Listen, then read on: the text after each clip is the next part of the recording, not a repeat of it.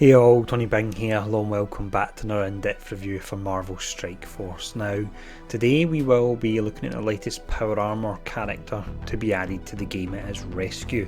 Now, to let you know if she's worth investing in, different sections we'll cover in this video. We'll start off with the general overview where we look at her tags and how you unlock her. We'll then have a look at her stats. Next up it's the abilities and I'll let you know how high you want to level them.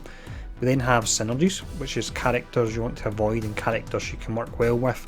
And then finally, we see where she places in the tier list. So let's start off anyway with the general overview.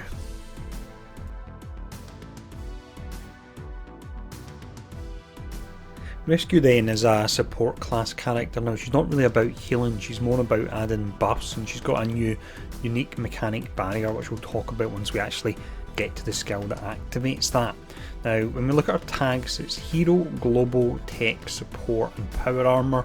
The Tech tag's an exceptionally strong one as we know already, and the Power Armor tag when you add in Rescue can actually be exceptionally strong as well. Now in regards to unlocking her at the moment, it's just the blitzes we've had for her, so if you've not unlocked her from them, it's going to be a fair bit of time until she's potentially added into the premium orbs or even story mode. Now with the overview covered, let's have a look at our stats.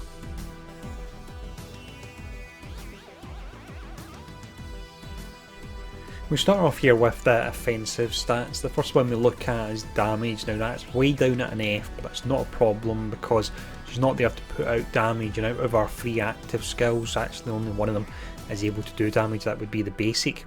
Now if we look at our speed, which is pretty important for a support class because this allows you to get your buffs, your healing in when it's most opportune. The speed comes in at a 117, so that's a B rating, so that's very respectable. Her focus is an A, it's exceptionally high, and this is important because she does actually have a debuff as part of her kit as well. So offensive wise, she may not have the damage, but she's got the speed and she's got the focus to be effective. When it comes to the defensive stats for Rescue, her health and armour are definitely on the lower side, and this means that if she doesn't have time to apply barrier, she can certainly be vulnerable. Now the health comes in at a D rating, which is pretty low considering the strength of her barrier is actually based off her health. However, if you were to fully upgrade her passive, you can pull that up to a C. Armour sitting down at an E rating, which is disappointing for a Power Armor character. I thought that would be higher, and she's also got the lower health as well there, so as mentioned she can be vulnerable before the barrier is available. Her resistance is A, so that's really nice. It's hard to lock her down, which means she can fire off her support skills at the best moment.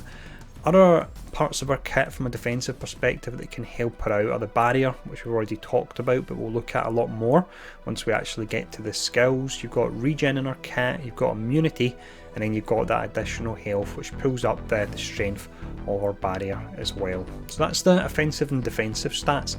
Let's have a look at the skills now.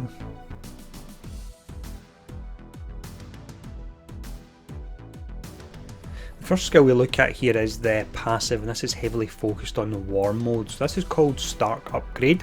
Now with this, in war, on spawn you barrier power armor allies for 2000, that would be equivalent of 2000 health, and then 10% of this character's max health. Now the best way to think about barrier to understand it, it's just really a way of overcharging your health bar. It bypasses any heal block, but you can't regenerate it in a way. Once it goes down, that's it away until you get the chance to actually apply the barrier, and then it will jump back up again. So it's certainly an interesting mechanic. Now also with this, in war when an ally drops below 50% health, barrier them for it's the 2000, and this time it's 5% of this character's max health. With this you gain 15% max health, and then power armor allies gain 15% max health as well. So this won't stack for Rescue because it's power armor allies and she's not actually an ally, she's a power armor character herself, so she'll get 15%. Other power armor characters will get that 15% as well, and it can actually make them really quite durable. Now in regards to how high you want to take it, there is a difference of 5% max health, which in turn actually affects your barrier when you upgrade this from level 4 to level 5. So this is one that you're going to want to upgrade and use your tier 4 materials on. For the basic, we have a pretty simple skill here called Sonic Repulsor. So with this you attack primary target for 200% damage. You then have a 100% chance to chain to an adjacent target for 120% damage. So for damage being down at an F rating, you're not doing much from that perspective. However, with this, you always apply slow to each target. Now, it doesn't mention on this that counter attack breaks the chain, but I've tested it and it will break it. So that's something to be wary of. But if counter attack's not up, then you're guaranteed slow on 2 targets. It's decent. It's nothing game breaking or anything like that, but it's certainly decent for a basic. Now, in regards to how high you want to take it, the only difference from 6 to 7 is a small amount of damage, and with our low base damage, it's just simply not worth upgrading this. So just keep this one at level 6. When we look at the special, this is when you really see the true potential of Rescue. Now, the special is called Tech Shield, 6 turns to charge, comes fully charged. I can't really think of any instance when you wouldn't use this on the first turn.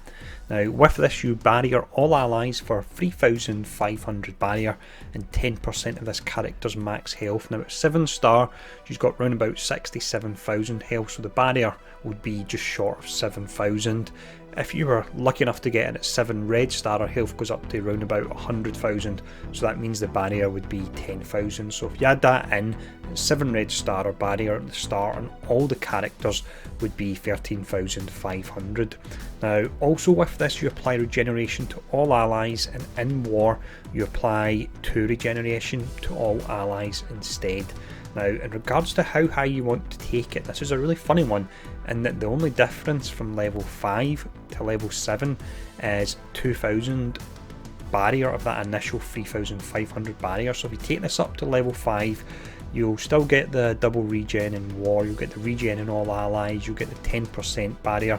The only difference is, rather than it being 3,500, it'll be 1,500. So if you're swimming in materials to upgrade it to 6, by all means go for it, but otherwise you can actually get away leaving this at level 5.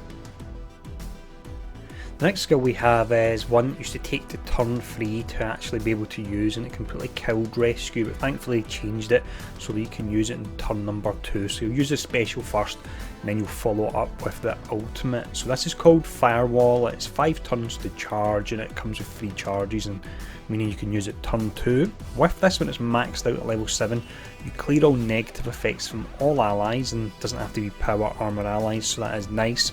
You apply offense up to self and power armor allies for 2 turns, which can be incredibly strong when you look at all the AoE the power armor characters can put out. And then in war, you apply immunity to self and all allies for 2 turns as well. That I don't see as useful, because generally a lot of debuffs will get put on you in turn 1. So by the time your turn 2 comes around for you actually to use this, the debuffs are actually already on you in most instances. But overall, this is an absolutely awesome skill, and it's one that you really have to pair up with power armor characters to make the most of. Now, the difference from level 6 to 7 is that you either clear 4 negative effects or clear all negative effects. So it's a difficult one. It's one that in some situations when you get a ton of debuffs on you, of course it will be useful, but how often do you get more than 4 debuffs on you? So personally I'm keeping this at level 6, but if anyone was to upgrade it to level 7, I wouldn't say it's necessarily a bad choice of upgrade there. Now, that's all the abilities covered. Let's have a look at her synergies.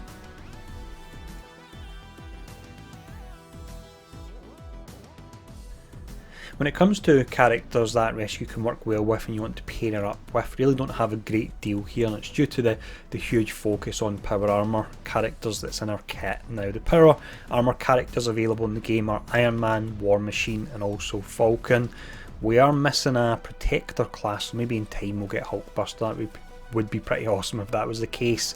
Now, that's the power armor characters. Obviously that only takes you up to 4, so who would you fill out in the 5th spot? In the vast majority of instances I would say it would have to be Vision, due to him applying the defense up for 2 turns on tech characters. It means it goes on all the other power armor characters, and on top of the barrier it can actually give Rescue time to get that ultimate off, and then once she's got the ultimate off, all the other characters kick in, and it really is a sight to behold. But that's the characters you want to team her up with, so let's now have a look at the characters you want to avoid and characters that can be useful for locking her down. When it comes to characters you want to avoid, we have quite a few in the list here now. The first selection of characters are ones that have a faster speed than her, so as long as Drax isn't in the opposite team, then there's a chance that they could burn her down, because if you think back to her health and also her armour, they were really quite low. The health was a D if you don't upgrade the passive fully, and the armour was an E, so she can be burned down. Characters that could do that in turn number 1 would include the likes of Gamora, Captain Marvel, Carnage, Mystique and even Star-Lord. A character that can work well against her due to all the buffs she's putting up, and especially the regeneration buff, is Falcon. You can either use that to do additional damage or increase the speed bar of all his teammates by a fair amount. Next up we have characters that can apply ability block, and these could apply it would be after she actually acts, but that can work out well because it means they can lock her down from using that ultimate that can be really dangerous. So that would include the likes of Ant-Man, Venom and also Vision. You then have Doctor Strange. He's one to watch out for because he could flip all the buffs that she's putting up. And then finally you have Miles Morales. He could work well if you fully upgrade his ultimate. Then what happens is you can apply immunity on 3 characters, and then if she casts either the special or the ultimate, then that means that it's not going to apply the buffs that you've set up there. So that's the characters you want to avoid, or if you're going up against her, the characters that can hopefully take her down for you. Now with all that covered, let's have a look and see where she places in the tier list.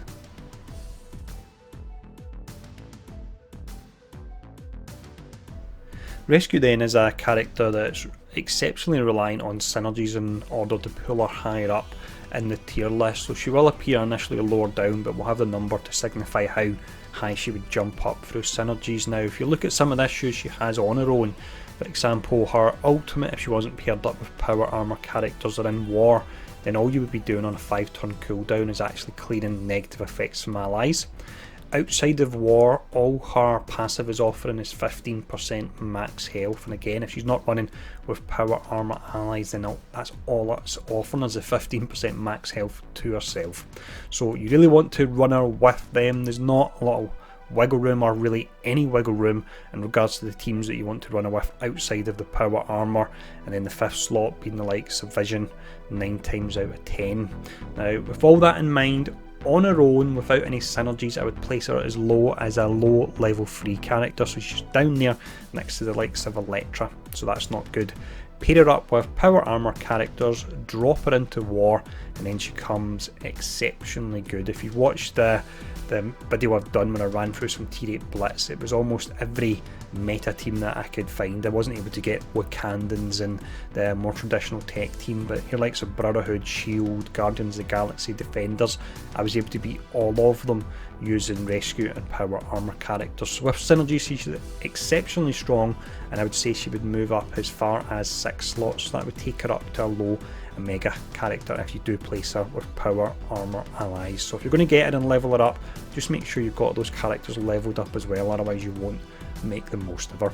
But that's the in-depth review for Rescue complete. Let me know if you managed to unlock her with the recent blitzes we had and how you're getting on, and let me know what your experience is in war with her if you choose to put her in offense or defense. Personally I'm using the team in offense because I really like what Falcon does offer. But as always, hope this video's been helpful. Thanks for tuning in. I'll see you all again soon.